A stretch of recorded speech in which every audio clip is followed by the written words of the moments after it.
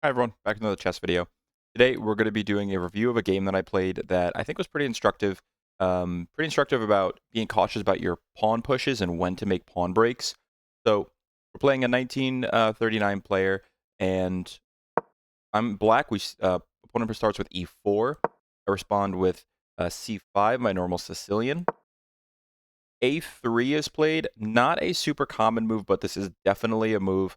This is, I believe it's pronounced Mengarini variation. I have seen this before.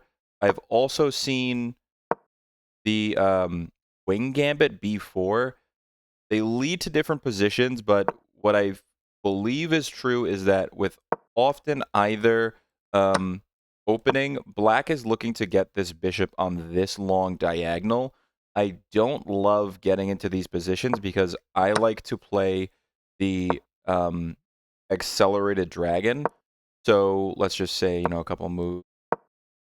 And then I like to fianchetto my bishop.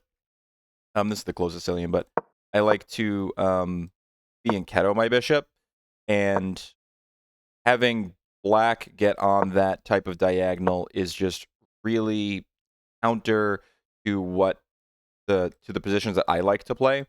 So that is wing gambit b4, and that's a whole different opening.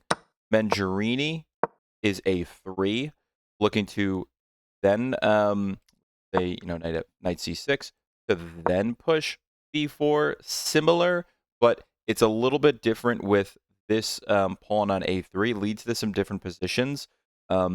Still, black is looking to get this bishop on b2 eventually. Maybe not immediately, but eventually. So back to the game. A3 is played. Mengarini variation, oftentimes looking to push b4 and get this dark squared bishop onto this really good diagonal. I respond with the immediate g6 because it will take black 2 tempi to get the bishop there.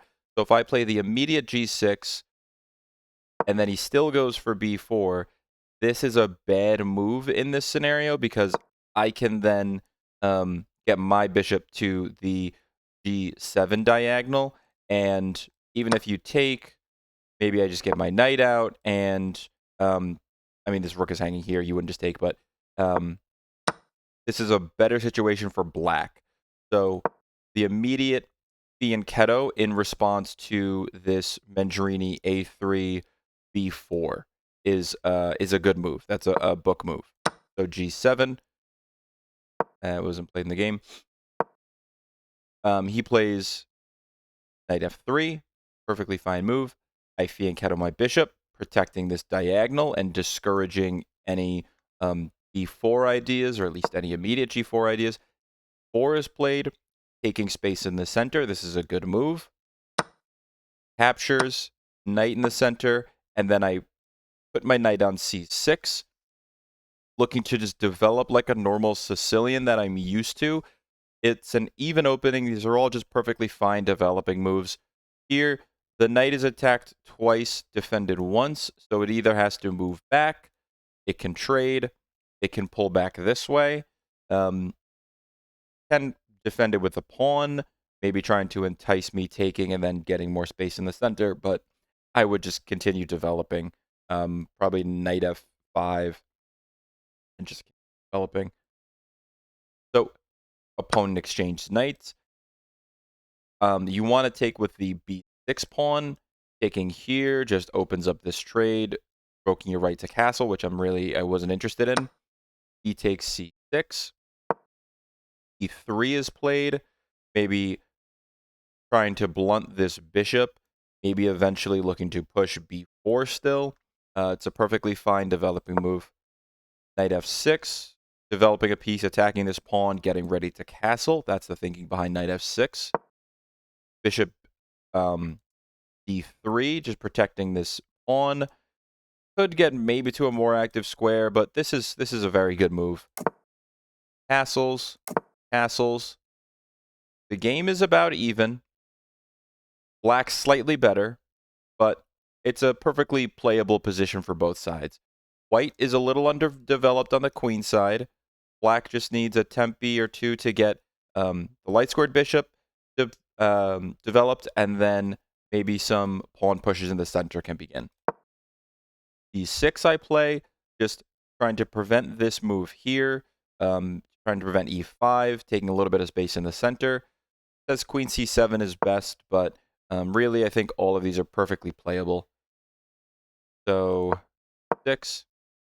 Knight d2, bit of a weird move. It's good, but it blocks in the bishop. Knight's going to eventually look to come to either of those two squares. I think most people would be looking at this square here, f3, maybe looking to eventually push here. This is also a perfectly playable square to eventually look to come in and protect those two squares. So knight d2. Here, the mistake with knight d2 is that you can just push d5 and takes, and then I have 2 pawns in the center. If you don't take, then I can still just push e5 and take some space in the center. So playing d5, my thinking was, let me grab space in the center, disrupt this pawn here, and kind of open things up since I'm more developed, and black or white still is a tempi or two to develop. So d5, e takes d5, d takes d5. h3 was a bit of an odd move. It seemed like a bit of a waste of a tempo in my mind as I was playing this. So it sounds like excellent. I think rookie one is best. Black is definitely a bit better here. It's almost -1. And with this waste of a tempo, I was thinking to myself, let's just take some space in the center and get ready to deploy my light squared bishop. So 5. This is kind of the critical move for this game. Really not sure what point of f4 was. I'm not sure if the opponent just thought, I'll play f4, he'll take, and then my center will be disrupted. It was a really weird move.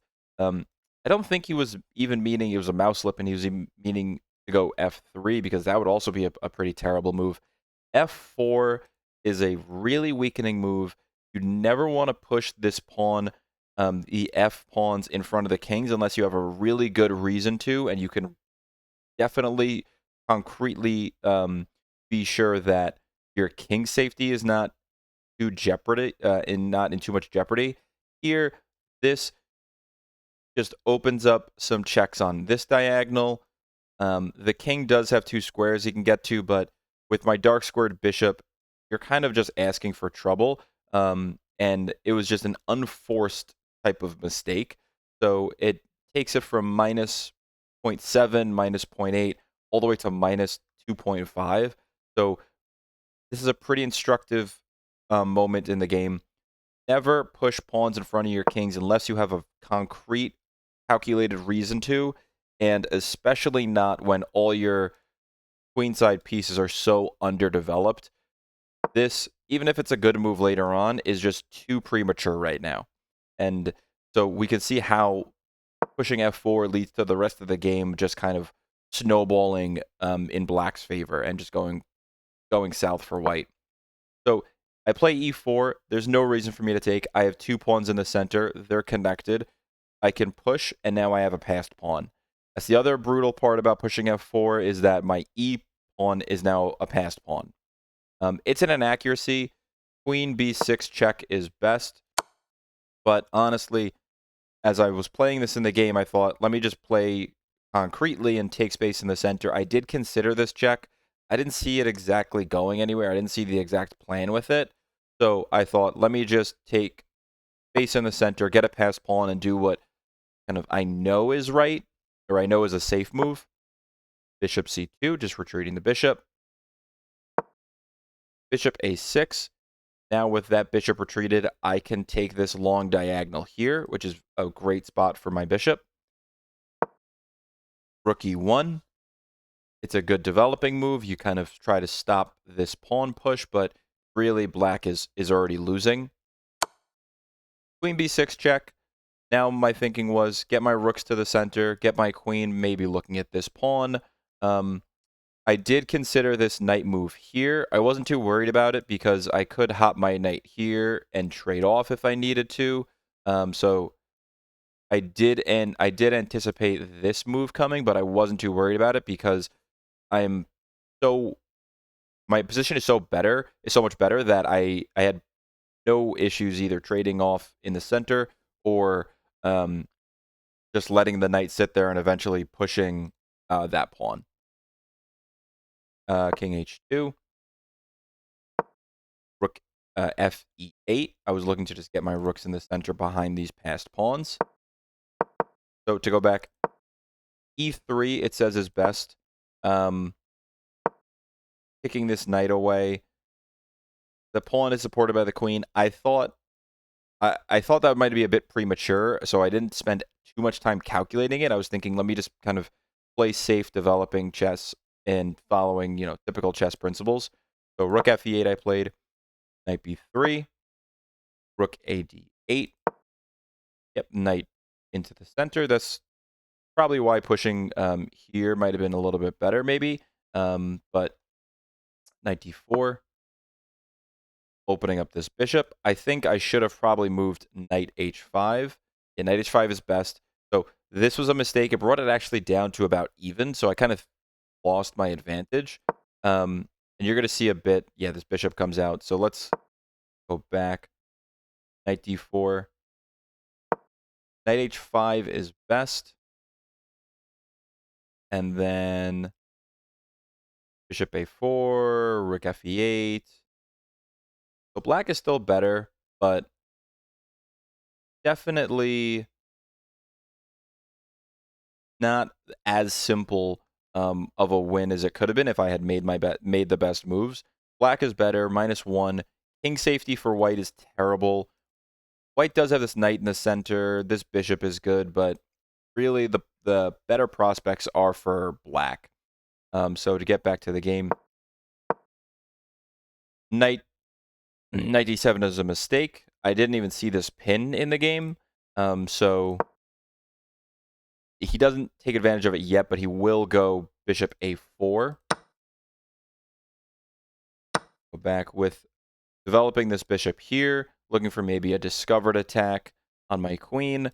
I just take the opportunity to just take this pawn that I was keeping an eye on. Queen takes b2 is best. Rook b1. Taking another pawn. Once you take this kind of cornerstone piece, this base pawn, the other ones just fall. Queen takes c3. He does deploy the bishop for this, exploiting this pin. I didn't know if I was getting a little bit too greedy here with taking all these pawns. The rook can come here. I really wasn't too sure, but I thought, I'm up. My position is a lot better. I have two connected passed pawns in the center. I thought to myself, I think I can get away with taking a couple pawns, because even if rook here, I can bring my queen back here, protecting the bishop, protecting the knight. So I wasn't too worried, but that was a thought in my head of I don't want to get too greedy taking all these pawns. But you can clearly see black is -2, black is better. All right, so knight there. Hitting this rook, hitting this pawn. At this point, I was really just worried about either attacks on my queen, kick my queen away. I didn't even think about this knight coming here. So that's a great move. Bishop there to attack the rook. I think this was a mistake because I think, yeah, it lowers it a little bit. Still about -1, but the rook can just move and put more pressure on this knight. So that's why that's a mistake. But I was thinking, let me counterattack if he exchanges. Let me counterattack this rook and let me secure this pawn a bit. That was my thinking, but it turns out not to be the best move. All right. So rook 7. Knight c5, hitting the rook and the bishop. Bishop takes, and wait for the engine to catch up. It's an inaccuracy because I do play queen takes c5, and then even exchanging, I'm much better with these bishops. This bishop, 2 rooks and a bishop for a rook and 2 bishops, but with these 2 pawns and how active these bishops are, black is much better. So white is up, I believe, an exchange or so, but I'm up pawns, and my piece activity is so much better with the bishop pair that black is much better. That's bishop takes c5 wasn't an accuracy though. It wants rook takes a7. A little bit of pressure here. I can't just take the bishop as I wanted because it's protected twice. So the bishop, dark sword bishop exchange for the knight, that was a mistake. And I'm still better, but not doing as well. Not doing as well as I could have been. So bishop takes, queen takes, knight takes, rook takes. Queen b3 was another really short-sighted move because this rook and this rook are not connected. This rook is still patrolling the back rank, but its only protector was the queen. When the queen comes out, this rook is undefended. The dark squares all around the king are very weak. And I have my dark squared bishop. Yes, this pawn is here preventing any checks, but the queen can just quickly infiltrate and put pressure on the rook and the pawn. What I'm imagining he was thinking was double stacking here and maybe looking to eventually trade off this rook. Maybe looking to eventually put a bishop here to start attacking. I wasn't exactly sure, but it was really a bad move. Maybe looking to, go rook here, kick my get my queen away. I wasn't too sure, but it was a bad move. Queen f2. This is immediately I just saw infiltrating here, a double attack, undefended rook, undefended pawn, can't defend both. Rook defends this pawn though, which is perfectly fine. There's really no good move in this scenario since it's, -5. So rook g1 is played. Queen takes f4 check. e3. Here, my thinking was, I'm up material. I have 2 passed pawns. Let me try to trade down and get into a winning endgame. That was my thinking.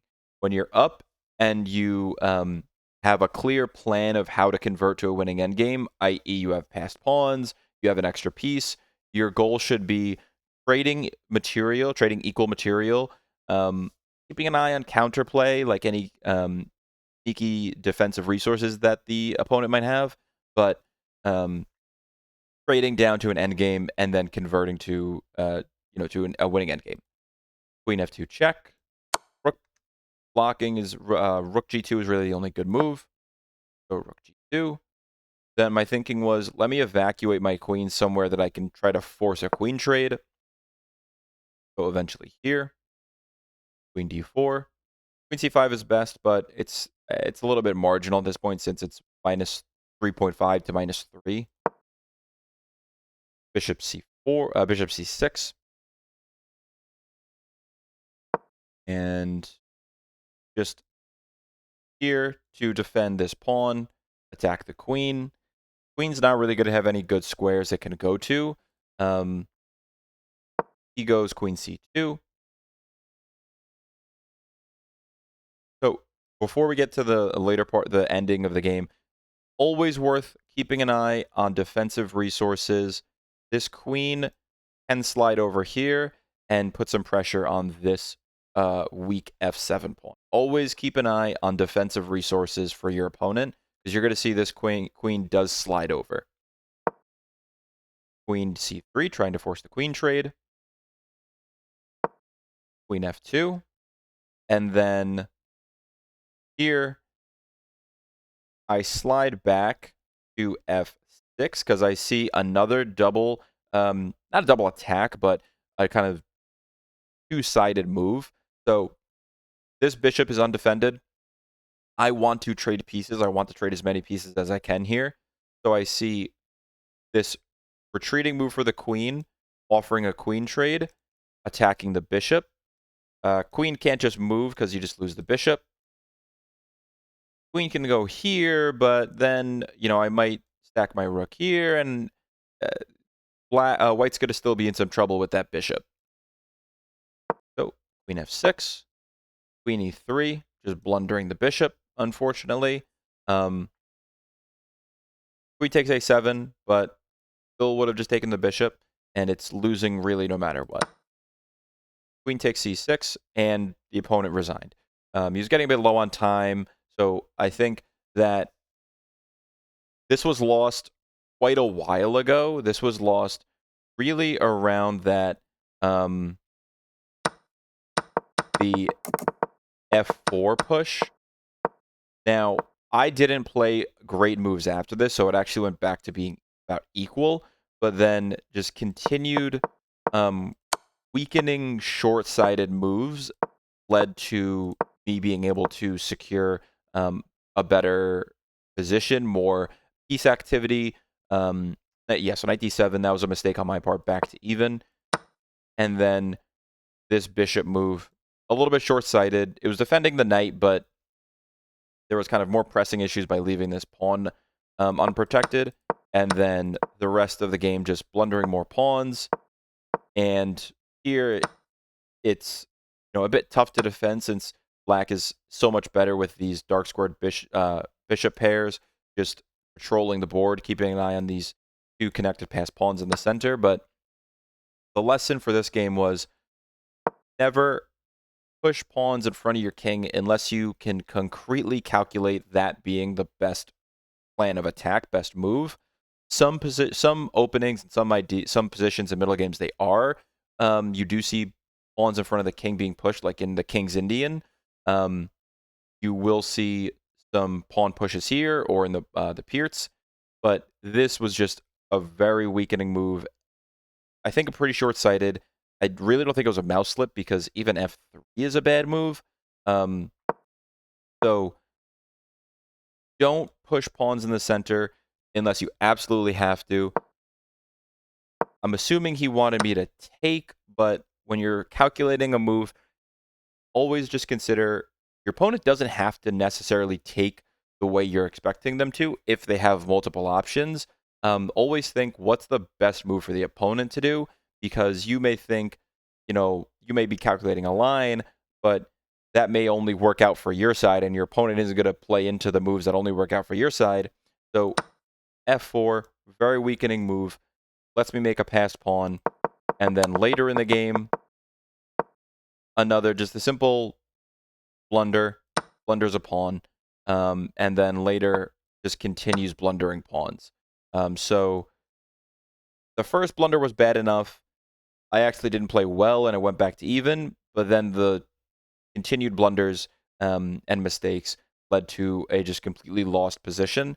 So lesson here is mind your pawn pushes. King safety is top priority, and keeping those pawns around the king is a top priority, because it is so easy to just have a game run away from you when you're so worried about your king safety. You have no defensive resources, and you're kind of just things are just going so downhill for you. They're kind of snowballing against you. All right, we'll see you in the next one.